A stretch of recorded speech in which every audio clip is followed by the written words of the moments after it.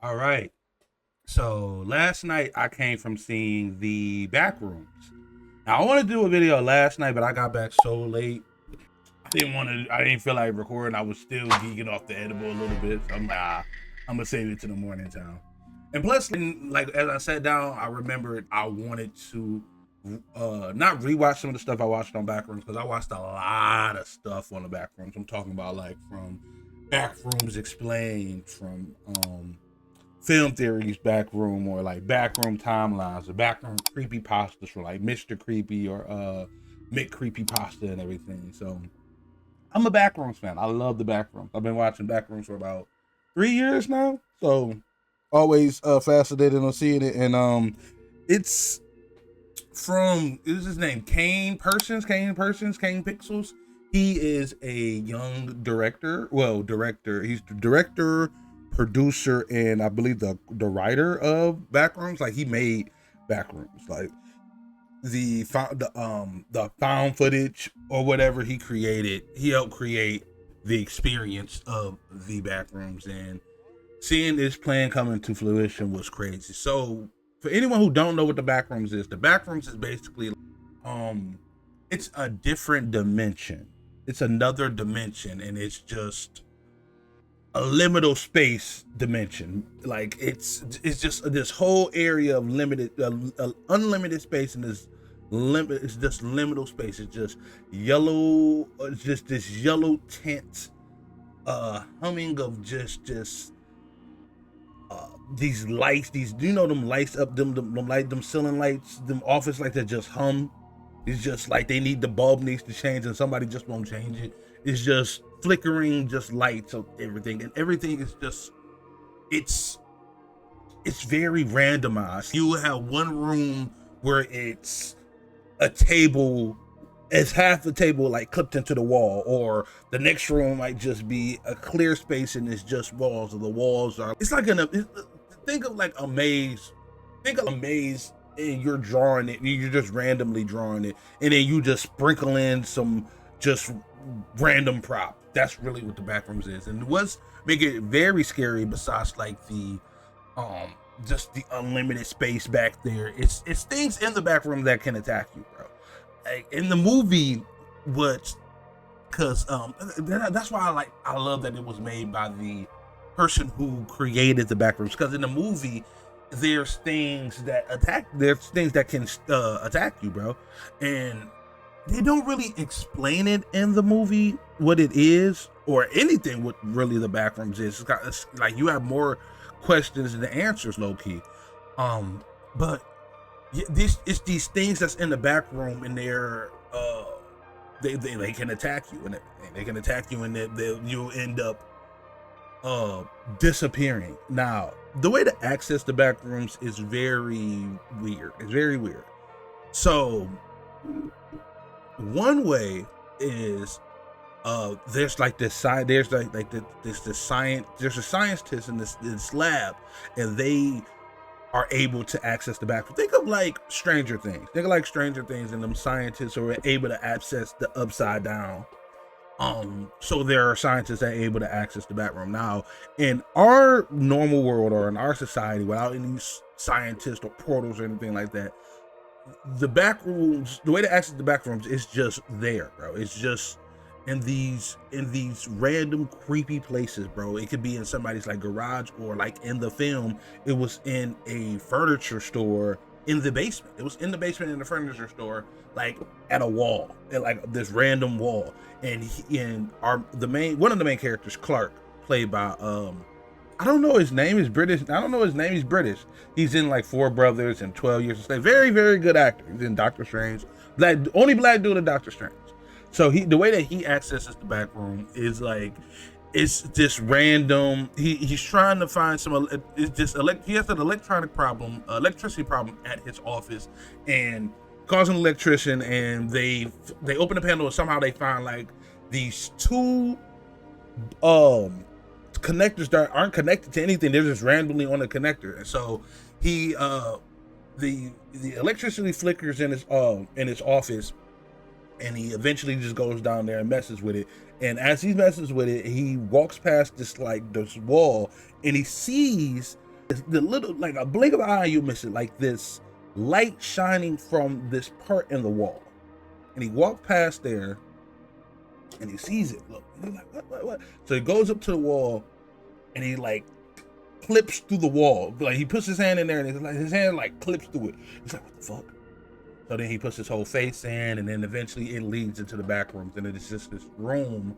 It's just this one room where like all this furniture is just like piled up and everything. All this furniture just piled up, and like it's a doorway that leads to different parts to the back rooms. Or like it's like an office space. It's just this yellow tint office space. The walls are draped in like this yellow wallpaper from like the 80s and everything, and it, like I said, it's the lights that just constantly just hum. This constant humming.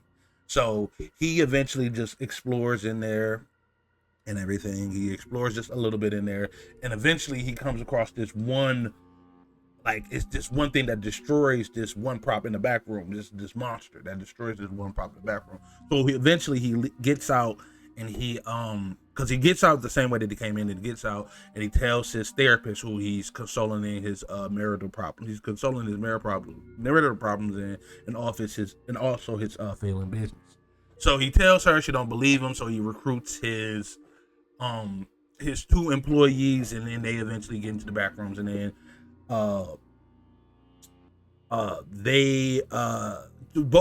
one of them ends up getting dragged away, so the girl follows him and Clark follows them and everything, and then he's the only survivor and ends up staying in the back rooms. And this is kind of getting to the spoilers. Because the trailer explains all of that. Like if you watch the trailer, you find out the premise of the movie. This is about to get into spoilers right here. So if you're into spoilers, click off of the video. This is your time. All right, ready? Okay, so as Clark goes further into the back rooms, it cuts into Mary, who is his therapist, and Mary has her own set of problems. Like her mother was mentally unwell, and she would keep Mary away from going outside or anything. So eventually her mother gets taken away, and Mary is raised somewhere else and becomes a therapist, and she still holds on to this childhood trauma of her mother keeping her in the house. It was just, think of Backrooms as like think of it as I heard Cam Purser talk about this, like loneliness, like you are dealing with loneliness, and these 2 characters, Clark and I think I'm saying her name right, Mary, was are 2 lonely people. Mary tries to combat her loneliness while going out and talking to other people, and Clark is just, since his marriage failed and he isn't where he wants to be in his life, he kind of blames everybody else for his constant loneliness. But it honestly, the overall message that I got from the movie is to deal with your loneliness the best way that you can, or like your loneliness will be the reason for your downfall. As we see that the main threat in the back rooms, from what I got, my interpretation was the main threat from the back room, or the big monster that's chasing everybody around, is like an amalgamation of all of your fears and everything. And Clark was able, after he got lost in the back rooms, he ended up and Mary went to go after him. She ends up finding him and everything, but he tells her, like, yo, don't be scared of this. Don't be scared of this one big thing that's coming through. It's me. You know me. Don't be scared of me. So he captures her. Clark captures her, and like he does the little villain, because Clark isn't a villain. He isn't like a villain. He isn't a villain. He's just a person down on his luck. So after capturing Mary, they have a little talk, and he explained he wants her to tell him that he was right for the in the therapy, which is crazy. Trying to be right in therapy is crazy. Which you can already see Clark's mental state right now. He seems defeated, bro. He seems defeated. anyway, him and Mary are talking and everything, and he's trying to tell Mary, yo, tell me I was right in therapy. Tell me I was right in our therapy session. And she tells him she's done with everything. She's finally at the mental point where she's just done with everything. She's like, yo, Clark, you're the reason that all this happens. It's your fault. It's your problems. You gotta take some accountability for some stuff. You gotta take accountability for these things that happen. And he finally comes to the realization, like, yo, she's right. So they make all this noise, and noise draws the big monster and everything. So the monster comes through and everything, and you finally, and I love this reveal of the monster, because they never show the monster through the whole movie. They never show the monster's face. And it's very, very cool when they show the monster's face, and it's Clark.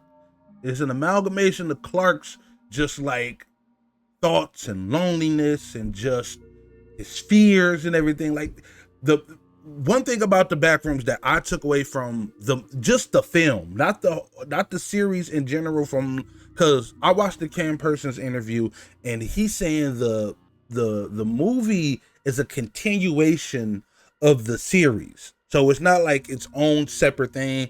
It's a continuation of the series of Backrooms. So from what I got from the Backrooms, or from just the movie in general, is that, yeah, the place is like like where your memories go, like where your anger, your loneliness, your doubt, all of it goes in there. Because like near the end of the film, it shows like a little montage of the Backrooms, and it was art store, or what was around the art store, but it was more. It was like trying to this is one saying in the movie. It's like trying to draw a dog from somebody telling you to draw a dog from memory. It's like drawing it from memory, so they don't got everything right, but they got something right. If that makes sense. So anyway, after the monster comes in, where Mary and Clark are, Clark tries to calm the monster down, like, yo, Mary fixes us. She's helping us. She's fixing us. And the monster just picks Clark's up and eat him. He picks him up and starts eating him. And Mary she dips out. She runs away. So what I got from that is that the monster is just, he doesn't want to change. He doesn't want Clark to change, because the monster was Clark. So the monster is just Clark's bad thoughts. And once Clark was fine with who he is, and he's fine with accepting he's the problem, the monster finally eats him, get rid of him, because he was cohabitating with the monster at first.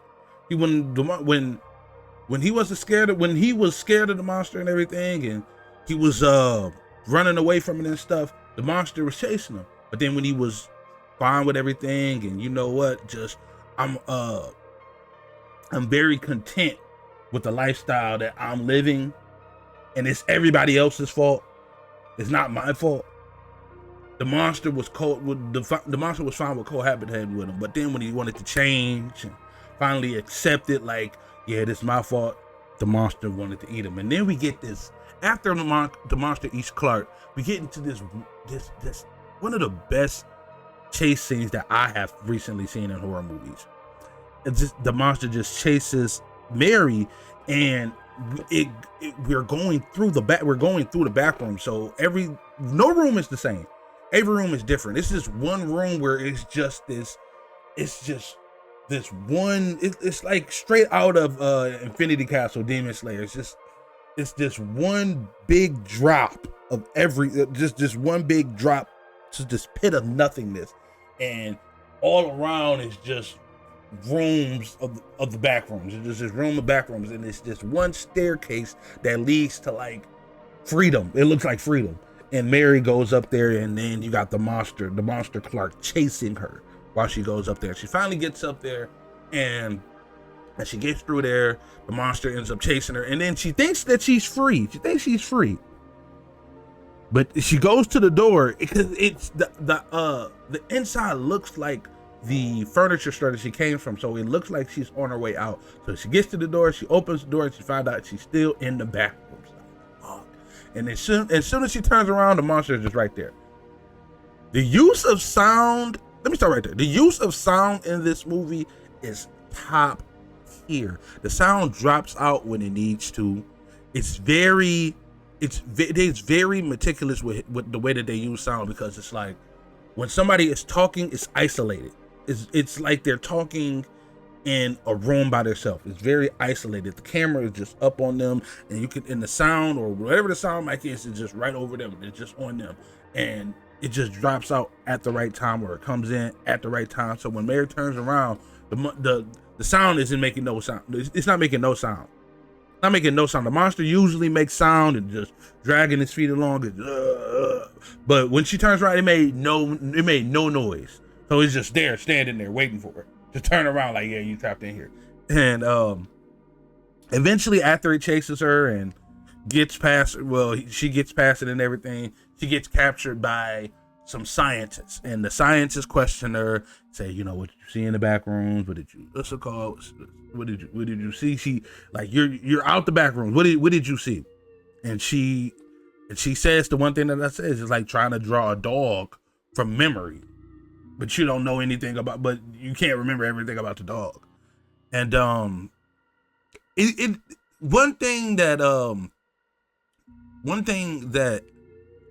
was very telling, that it's going to be a sequel, because they didn't explain everything was going on with the Backrooms. So it's going to be a sequel, and that's going to be the end of the spoilers right there. Now, aside from spoilers, I got past all the spoilers. Would I recommend people seeing this movie? I think you should see this movie. Honestly, even if you don't know about the Backrooms, because I was telling Persia, like, yo, if you don't know about the Backrooms, I'm thinking you probably shouldn't watch this movie, because you're gonna be like, yo, what the fuck is this? But the thing is that it kind of goes into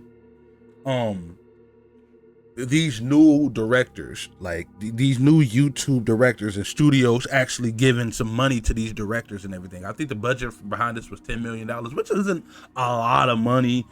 It's not a lot of money as compared to like $100 million blockbuster that we usually were seeing, but it's still a good amount of money from a YouTuber who used to do these for the free ball. So I think it's very good that these studios is giving faith to these directors and staying true to their movies. Like I can't even imagine somebody like this coming out in like the 2000s or whatever. If a different director did this movie, like imagine, no shade to who's the dude? What's his name? Eli Roth. No shade to him, but imagine him doing this movie and like it got to be slow motions and like jump scares and cuts and like just it's too boring. It gotta seem like it gotta be a slasher in there. We need some action, some more cussing or something in there. Like, I'm glad that these studios are giving these directors the freedom to do their movies. They're giving them the money. Like, here go the money. Do your movie. Obsession. Here go the 700,000, 800 just in case. Do the movie. And about to cross $100 million. Like, this movie, $10 million is I think it was projected to do 60 mil during opening weekend. It's very, in the theater experience, it was kind of packed.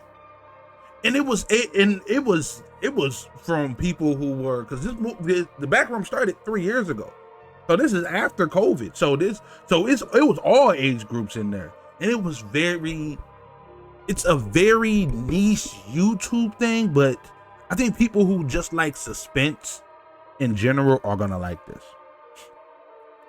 But there's a but in there. People who I feel like this will be very boring for some people. Like certain people who like certain different type of horror movies who need something going on all the time, or like a premise, or like, yo, I don't understand what the movie was about. There's no resolution at the end of the movie anyway. I don't think this is for those type of people. who are looking for a horror movie with jump scares and just body horror, or just things like that. This movie is very I'm not gonna say low budget, because it's beautiful. The way that the camera shots were, the way that the set design was, it's the way that it's shot. It was very beautiful. This is gonna be a cult film. This is gonna be a cult film. I can already tell, but it's not gonna be for everybody. It's not gonna be for everybody. But overall, I enjoyed the movie because I know what the Backrooms was. I know what the Backrooms is. I enjoyed that. And I have one theory, because if you look right here, I watched the Backrooms explained and everything, and I always wondered, like, why did they stop doing these backroom videos? Maybe the juice wasn't worth the squeeze. You can see that they didn't even cross 1 million views with in 3 years and everything. And from the comments that I see is that they moved over to the infographics, what's it called? But I was like, you know what? Maybe they stopped because Kane Persons was like, because I watched his interview. What if he was like, yo, I'm trying to make this a franchise. Y'all can't explain everything, bro. Y'all can't explain everything, man. Y'all can't explain every level of the Backrooms, man. Y'all giving away the source.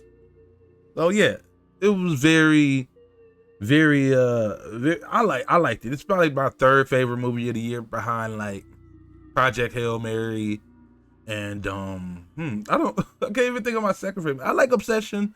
That might be my second, and this might be my third. So Project Hail Mary, Obsession, and Backrooms. So those are my three right now. Yeah, I want to watch some more. I want to watch some more lore on the Backrooms, because, like I said, Kane Person said this is a continuation of the Backrooms. It's a continuation of the Backrooms instead of just a whole like reboot. And this also is set in the 90s. This is set in the 90s, so there's different Backrooms happen in different sections of different timelines, not different timelines, but different time periods. So yeah, man, I'm gonna look up this some more because I am fascinated with this shit. I am.